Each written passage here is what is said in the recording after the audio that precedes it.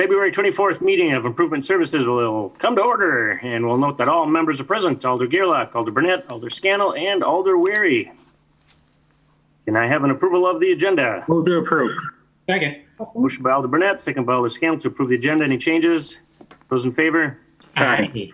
Opposed? Motion carried. D, approval of the minutes. So moved.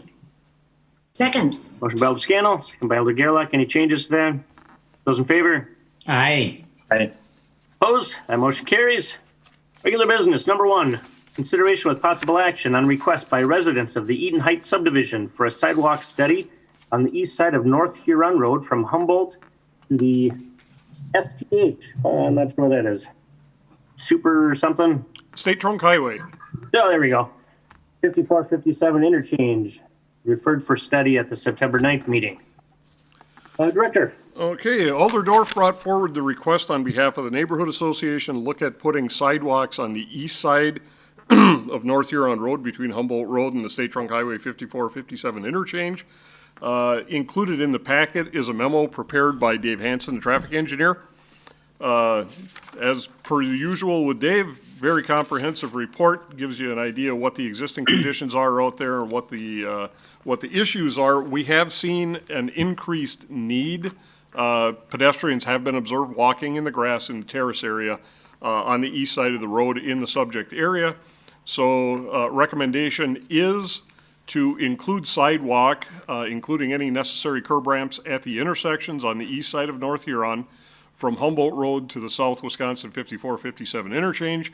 It is important to note that because the large majority of this proposed sidewalk installation does not have direct access to the abutting property owner. So trying to remember what the name of the intersecting street is that goes into Eaton Heights. Failing me right now. Watercrest Drive.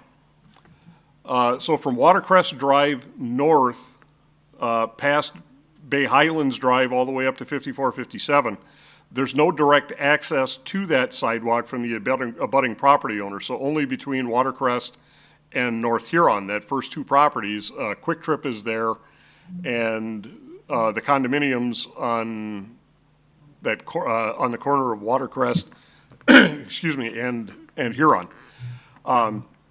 Those two properties between Watercrest and Huron, or in Humboldt, will be charged for the installation and maintenance.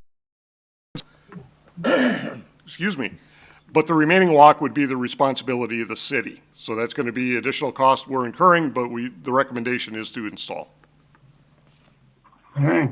Thank you, Steve. Any questions from the committee?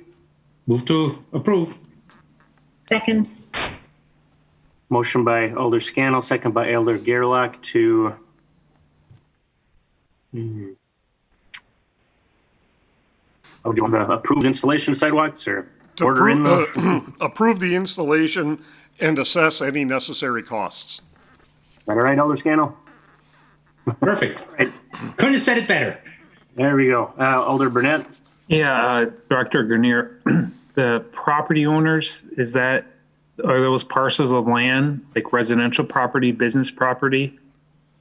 The two properties between Watercrest Drive and Humboldt Road are commercial properties. Everything north of that is residential. Did you say that in the motion that we would assess the cost of do you know what that cost would be to the property owner? It would be any appropriate or any necessary cost, because not all costs will be apportioned back. Again, because some of these do not have direct access to become city costs. Right. Offhand, I do not have those numbers. I don't want to inadvertently, I support the motion. Let me get that straight. But I don't want to inadvertently support something if it's going to be a really large cost to the property owners. Do you know what I'm saying? I know exactly what you're saying, and we can try to get some estimates of that and provide that to you before the council meeting. Yeah, that would be good to know. I mean, because if I know sidewalks don't cost as much as residential streets, obviously, but if it's a really large cost, it would just be nice to know that. Sure. So what I can do is, I'm going to share the screen real quickly. So Okay. this is what's now the Quick Trip property, and right in this location is where the condominiums are. And the condos, as you can see under construction here, I believe those condos also have sidewalk on Watercrest. So Yeah. because they have the sidewalk on Watercrest, that provides the direct access because the sidewalks will connect. Once we start getting north, you can see that it's a backyard and most of these are fenced off. So again, those properties wouldn't necessarily have that access. That's why it becomes a city cost. But yeah, we can definitely try to run some estimates on those two commercial properties to find out what those Yeah, costs would be. and it makes complete sense to have a sidewalk there for public safety. I mean, so I'm in support. Just get us the cost. That'd be great. Alder Sawyer, and then Alder Gaylor. Yeah, thank you, Chair. Steve, I just had a quick question. When Huron Road was put in, what year was that? I mean, it's a fairly new road, but when was that installed? I believe that went in somewhere between 2004 and 2006. Okay. I think all of us alders, we may have had some issues in the past where a road was put in without sidewalk. And I'm just wondering at the time that road was put in, if that was considered at all. Well, I wish I could speak authoritatively to that. That's before my tenure. Yeah. What I can tell you is sidewalks were installed on the west side, but not on the east. So there was some consideration for pedestrian accommodation. I think it's probable that sidewalks were not installed on the east side because at the time that the road went in, not only was there no development, there were no imminent plans for development there.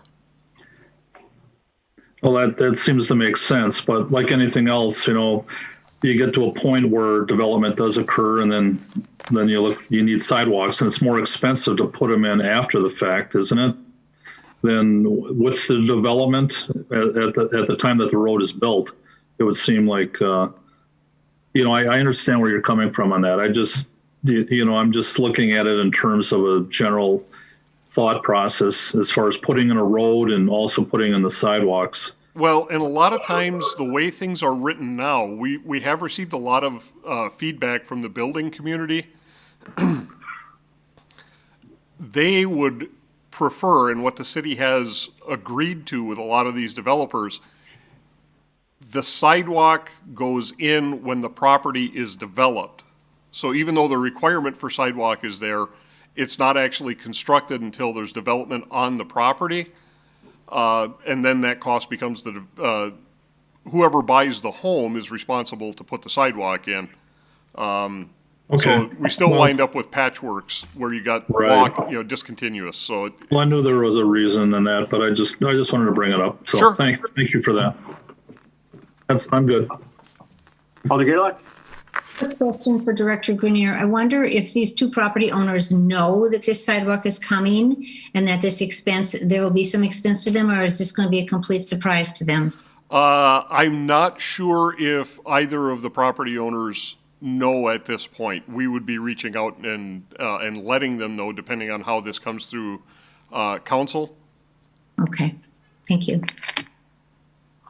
All right, any other questions or comments? We have a motion and a second. Those in favor? Aye. Opposed? That motion carries. Number 2, consideration with possible action on request by area West Side residents to install sidewalks on the west side of Green Bay portion of Wood Lane from Hazelwood to Ironwood. Part of the sidewalk costs to the two property owners would be offset by a donation of $2,500 from the resident Paul Secker and a possible grant obtained from the MacArthur Heights Neighborhood Association. Director Grenier. In the packet, that was the reason for the amended packet was just earlier this week, we received the information we put into the packet. I believe that was from Mr. Secker. And the two neighborhood associations are which provide the graphics and some of the background information relative to the request for the sidewalk here.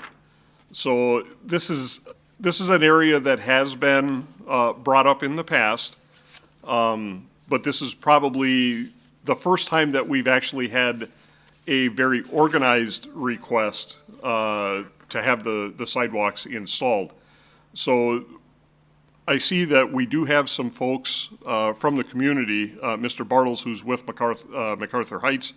I see here in the watching or as part of the meeting, and I'm not sure if Katie is part of the community over there as well.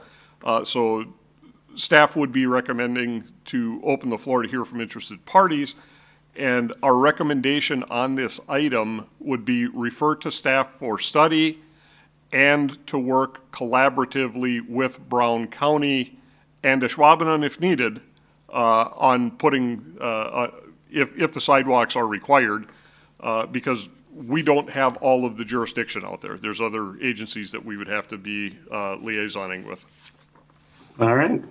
Move to open the floor. No, motion to open the floor. Second. Thank you. Now, motion by Alder Scannell, second by Elder Gerlach to open the floor. Those in favor? Aye. Aye. Opposed? Motion carried. If anyone is here for this item, number 2 on improvement services, just unmute yourself and give us your name and address. Mr. Bartles or Ms. Kastriva, are you here for this item? Okay. Okay. There's a note from Katie that she's here as an interested citizen. Probably doesn't want to talk. Mr. Bartles?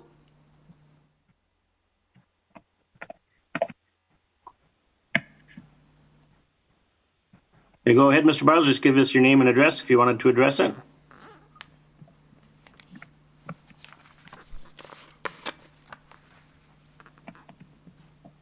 Motion to close the floor. Okay. I'm going to give him one more shot. Looks like he's unmuted, but anything, Mr. Bartles? No?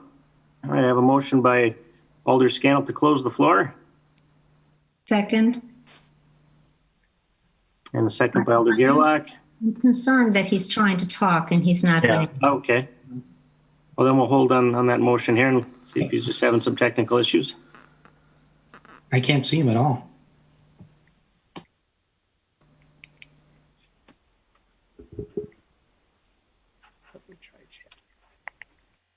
And Mr. Bartles, are you wishing to, there's even a chat feature if you wanted to just chat if you wanted to speak or not.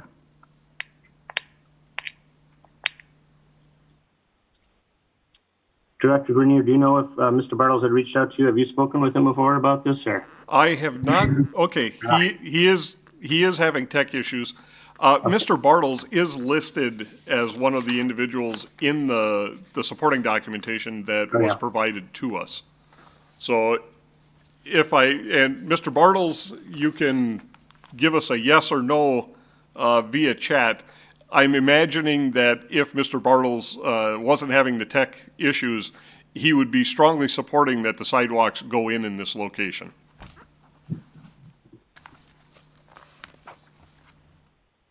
I would imagine so, since he's one of the people requesting it, right? All right, well, there was a motion and a second to close the floor. Those in favor? Aye. Aye. Opposed? Motion carried. Well, what are your wishes here? Motion to refer to staff. Second. Motion's by Alder Scannell, second by Alder Gerlach to refer this to staff and then work through the different items and bring back. Any discussion? Those in favor? Aye. Opposed? That carries. And then just for edification, generally speaking, the way these work, the request comes into INS, we refer to staff. Staff does the study, and then normally it goes back to traffic, bike, and ped. Traffic, bike, and ped would then bring a recommendation to INS. So we may have just a little bit of a delay in getting it back because we have to step through traffic, bike, and ped, but we would definitely have an answer before construction season starts to allow for this to happen. Okay. Well, I see Mr. Bartles is here. I don't know, did you have any, we can open the floor if you have anything to add, or are you okay with moving forward on this? Can you hear me? Yes, we can now. I'll make a motion to open the floor. Took a little bit. Motion by Alder Burnett, Second. second by Alder Gerlach to open the floor. Those in favor? Aye. Opposed? Motion carried. Go ahead, Mr. Bartles. I like your green screen. Thanks. Usually has a little something better on it, but I'm the president of the neighborhood association, and we were contacted by Mr. Secker. He's the one that mostly wanted to push this along, obviously, because he's donating the money. I was unable to talk to any of the homeowners that are affected by this, so I don't know how they feel about, the sidewalk going through their yard. But, I mean, it would help as far as, safety wise, but my concern is, these homeowners that are affected are the ones who are going to be, responsible for taking care of it, that they should have input, beforehand. I mean, Mr. Secker is very generous with his donations. I mean, we gotta, pursue it, I guess. So. All right. Does Mr. Secker live in the neighborhood? Does he? He does. Okay. All right. Any questions for Mr. Bartles? I guess right now it would be to study, if we can do it and back and look at the details later. So this isn't approving putting them in. This is kind of first step. Right. There'll be time for them to weigh in. All right, cool. Well, Could we get an address for you, Sam? I'm at 2557 St. Stephen Court. Thank you. Okay, motion to close the floor. Second. By Alder Burnett, second by Alder Scannell to close the floor. Those in favor? Aye. Opposed? Motion carried. We have a motion and a second on the floor right now to refer this to staff. Any other questions or comments on that? No. Those in favor? Aye. Opposed? Motion carried. Thank you, Mr. Bartles. We'll be seeing this back again, so thanks for attending. I always forget. Everything today does go to council next week, so we're just recommending to council in action, and council will take action on it next Tuesday. So. Number 3, consideration of possible action on request by Largo Ridge Development LLC enter into a developers agreement for the construction of public infrastructure to support the Largo Ridge Estates First Edition subdivision. Director. Okay, this is a relatively routine action.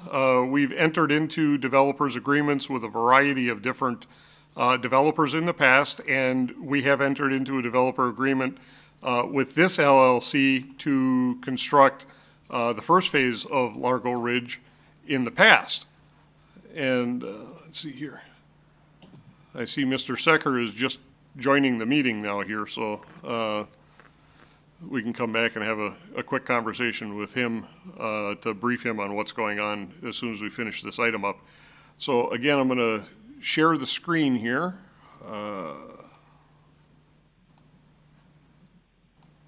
So what we're talking about, this is the first phase of the Largo Ridge subdivision, and this parcel is what we're talking about with the developers agreement we're contemplating tonight.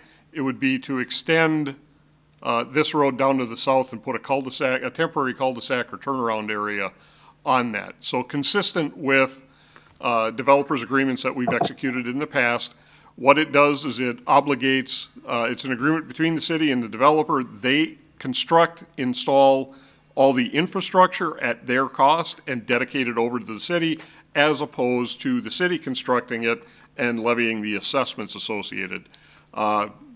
Generally speaking, they can construct a lot faster than we can because they are not bound by public bidding statutes. So that's why it's advantageous for a developer to do the work under a developer's agreement. Okay, thank you. Any questions from the committee? Entertain a motion. Motion. To approve. Second. Motion by Alder Burnett, second by Alder Scannell. Questions, comments? Those in favor? Aye. Opposed? Motion carried. Mr. Secker, you've joined us.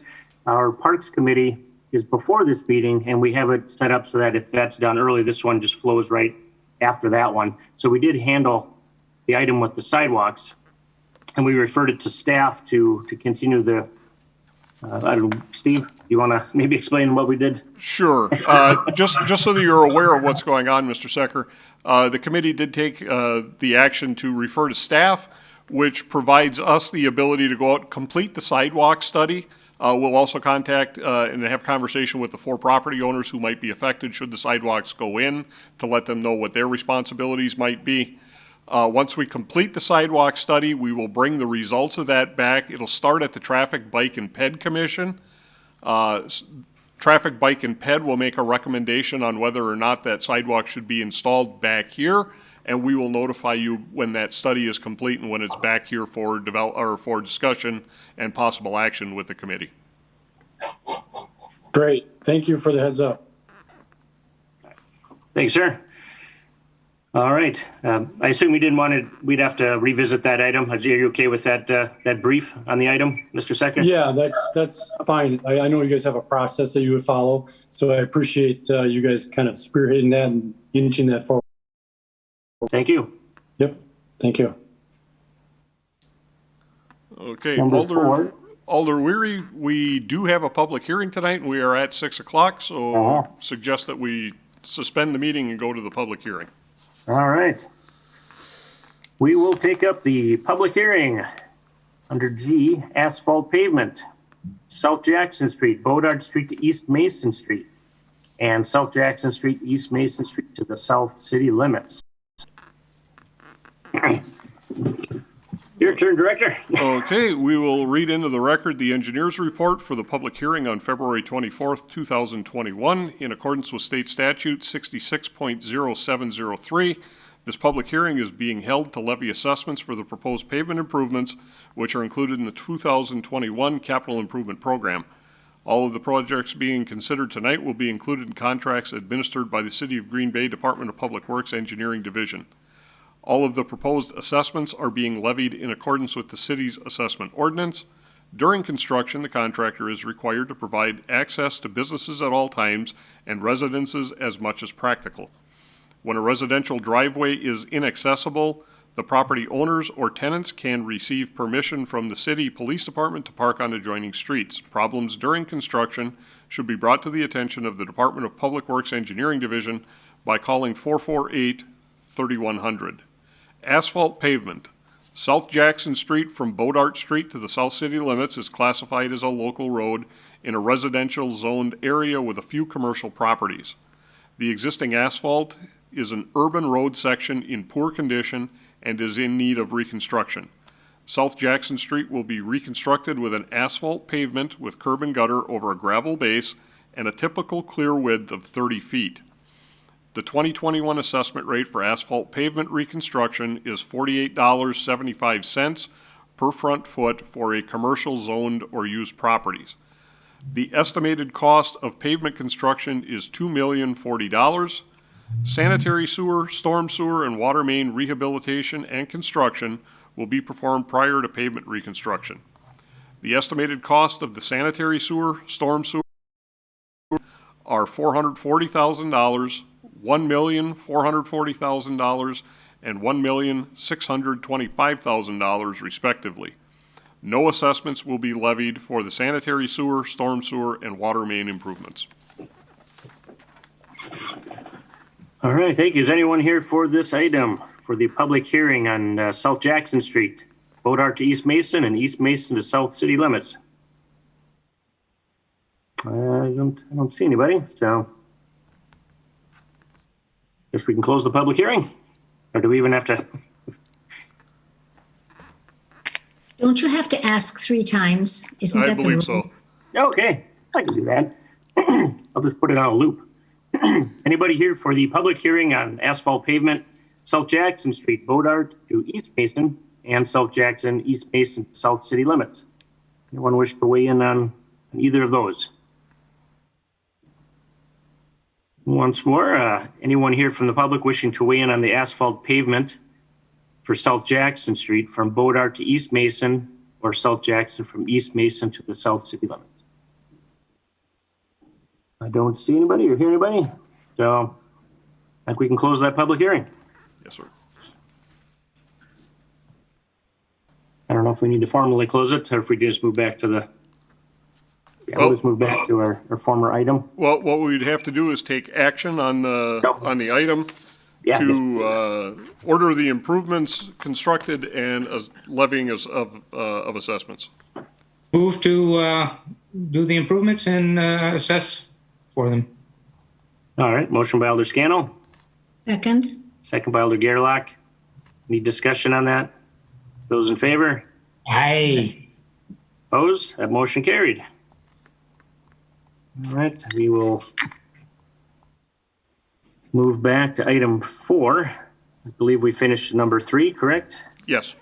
Okay, number 4, consideration with possible action on a request by Department of Public Works to amend the policy on ordering sidewalks replaced. In the packet, we provided you with quite a bit of information. The first document that's in there is at the top of the page says Section 1002 Sidewalk Reconstruction. This is the policy that actually goes back to 1990. That was the last time it was published like this.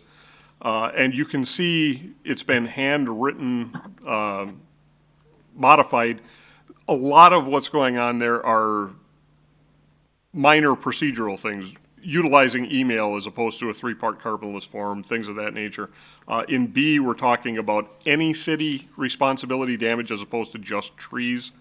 The big substantial change that we're looking at tonight would be under item C, when the resolution for sidewalk improvements is done.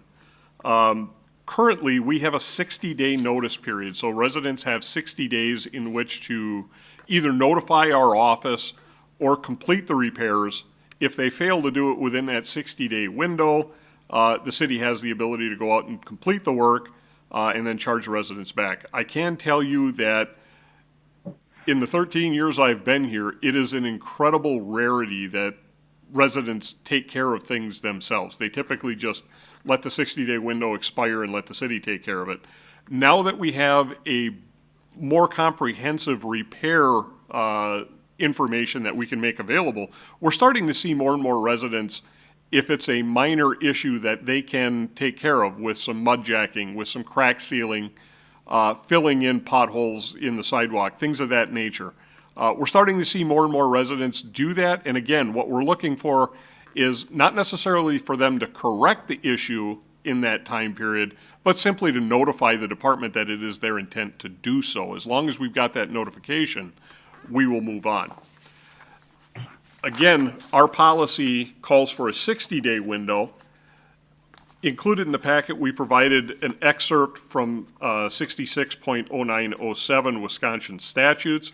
And in there, you can see that the statutes require a minimum of 20 days. What's going on here is because of the amount of sidewalk that we're starting to repair on an annual basis, both with our complaint-driven sidewalk program as well as the systematic repair and replacement program, by providing that 60 days, that's pushing construction so far into the year that we're not able to get to some of the sidewalk. So in order to kind of tighten that up and provide as much time as possible for our contractor to go out there and get the work completed, we're requesting that that notification period drop from 60 days to 30 days, which is still 10 more than what statute provides. And again, it's not for them to complete the repairs, it's for them to contact the city to let us know that they're going to complete the repairs. For those who have no intent of doing anything themselves and just want the city contract to take care of it, nothing changes at all. All right, any questions from the committee? Concerns? Alder Gerlach?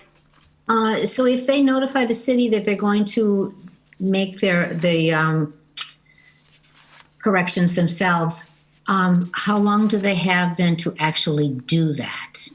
It would have to be done within the construction season. Okay, is there something, well, do they get something in writing that gives them a deadline? No, what we will do, if they've notified us that they intend to complete, we typically will ask them for an estimated time of completion, and then we circle back with them regardless of whether, if they give us a tentative date of completion, we also ask that they notify us when they're complete, because we're going to have to go out there and inspect to make sure it's up to city standards anyway. If we don't hear from them and a month goes by, we'll reach back out. Are you still intending to do something? It's been a month. Generally speaking, if we get to late July, early August, and they haven't done the work yet, then we'll let them know, you told us you were going to do it. We gave you enough time to get it done. You now have until this date to have a contractor out there, or we're going to use the city contract. Okay, thank you.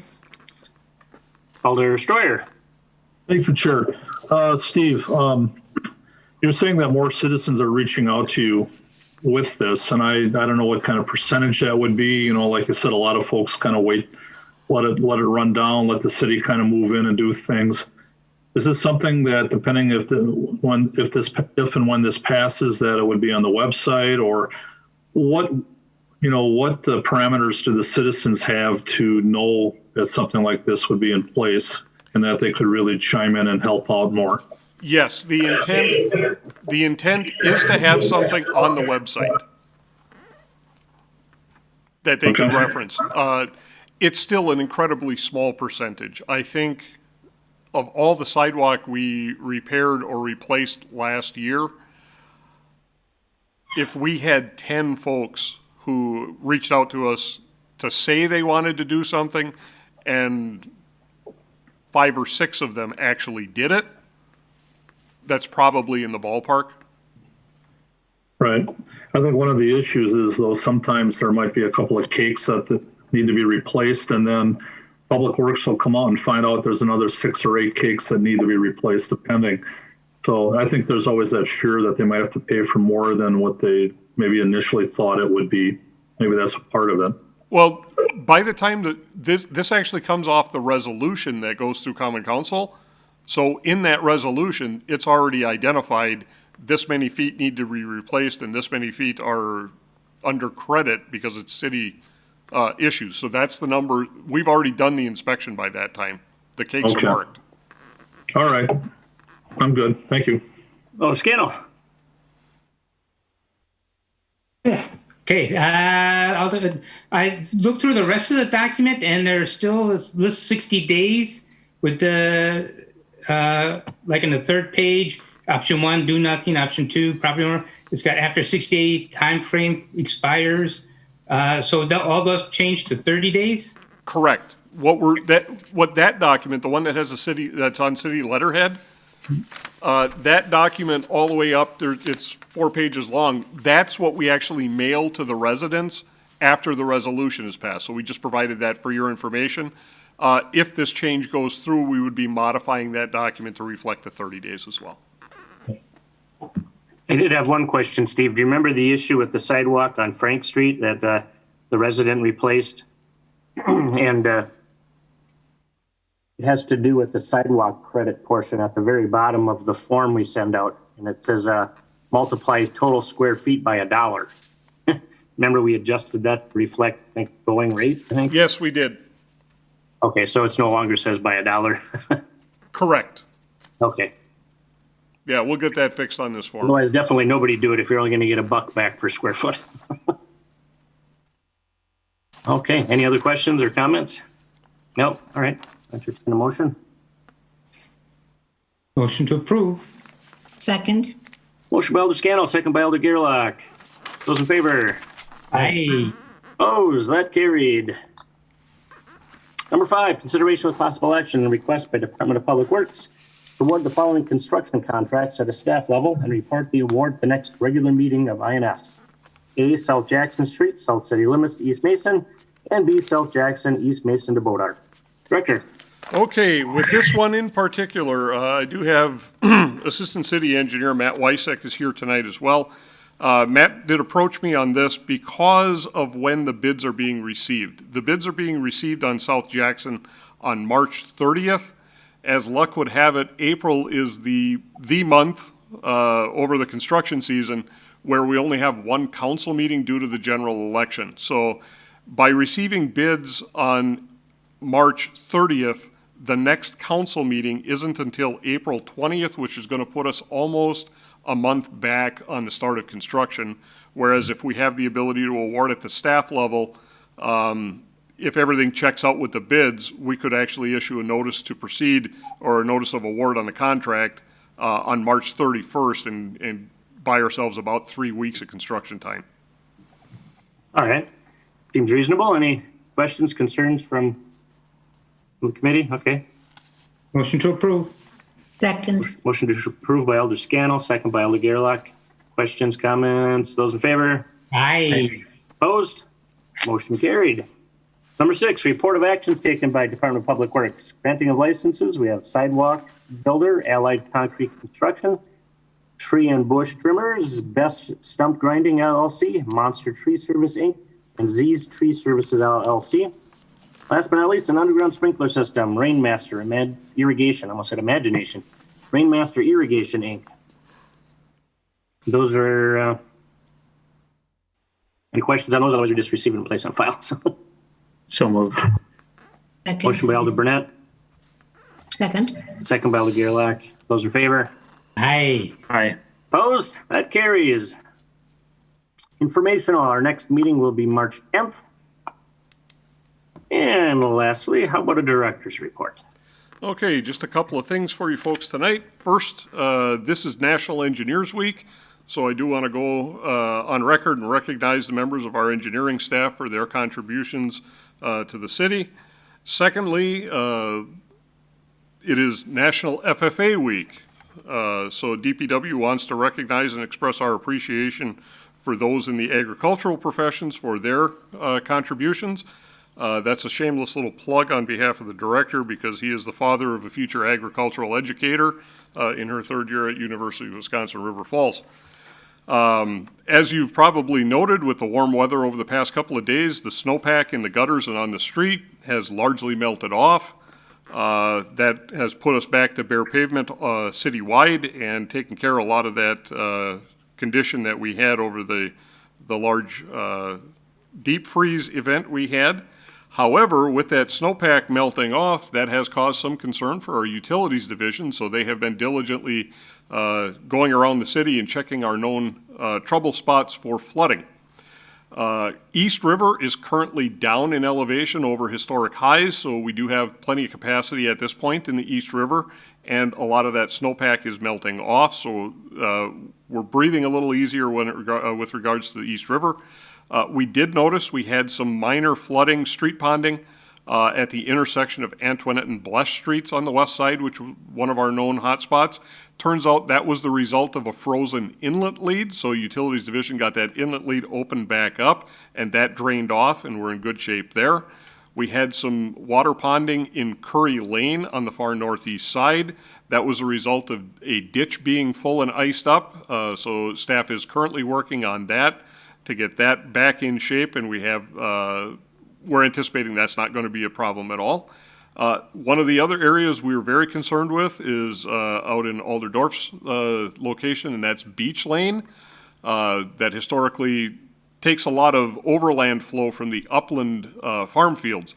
And Beach Lane is currently in good shape. Everything's draining well, and it looks like the upstream fields have largely drained off, and a lot of that water has passed. So we're very optimistic and hopeful with things going on Beach, and we do have the project we're currently working on with Brown County to get that permanently resolved. So overall, the city looks in good shape, both from the snow and ice management in the street and any concerns that we may have relative to imminent flooding concerns. So that concludes the director's report. Awesome. Any questions, comments for the director? No? Move to receive and place on file. Do we do that? You bet. Second. Motion by Alder Gerlach, second by Alder Burnett to receive and place on file. Those in favor? Aye. Opposed? Motion carried. Wow. Nice 2 meetings in a row. Alder Weary? Yeah, Alder Gerlach. I think that we ought to talk about the scheduling of the meeting because You know, we were all here in time to agree to start the meeting 20 minutes early, but other people didn't know about it. I'm very much in favor of starting early when we can, but I think we have to be transparent about it, and I don't know how. Yeah, I agree. And normally it used to always say on the agenda immediately following parks. And I'm online right now and I don't necessarily see it anywhere. If we can get that corrected wherever we need to. Maybe I'm looking in the wrong spot, but I did notice one or two people plugged in right at 6 and then we were already done with their item. Right. Yeah. I would say more times than not, our meeting runs longer than the hour. So this is a Yep. rarity, but you're It right. is. Both of you are right. We should very prominently put that for members of this is open government. So we gotta make sure we prominently put that. It also should be Turn on the clear bat that signal. if Parks runs late, this meeting will start late. That's true. Yeah. Yep. People just That's a can't good, expect it to start at 6 o'clock because it never does. yeah, that's a great point. I'm not sure what's going on with what you're seeing, but when I go to the city's website and go into the meetings and bring the agenda and the agenda packet up, on my screen, both of them, let's see here.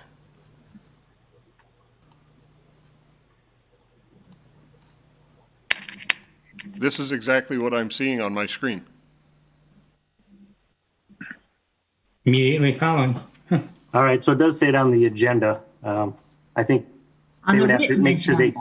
they have to make sure they click into it. Otherwise it just says, if you just look Oh, at the heading. gotcha. I understand now.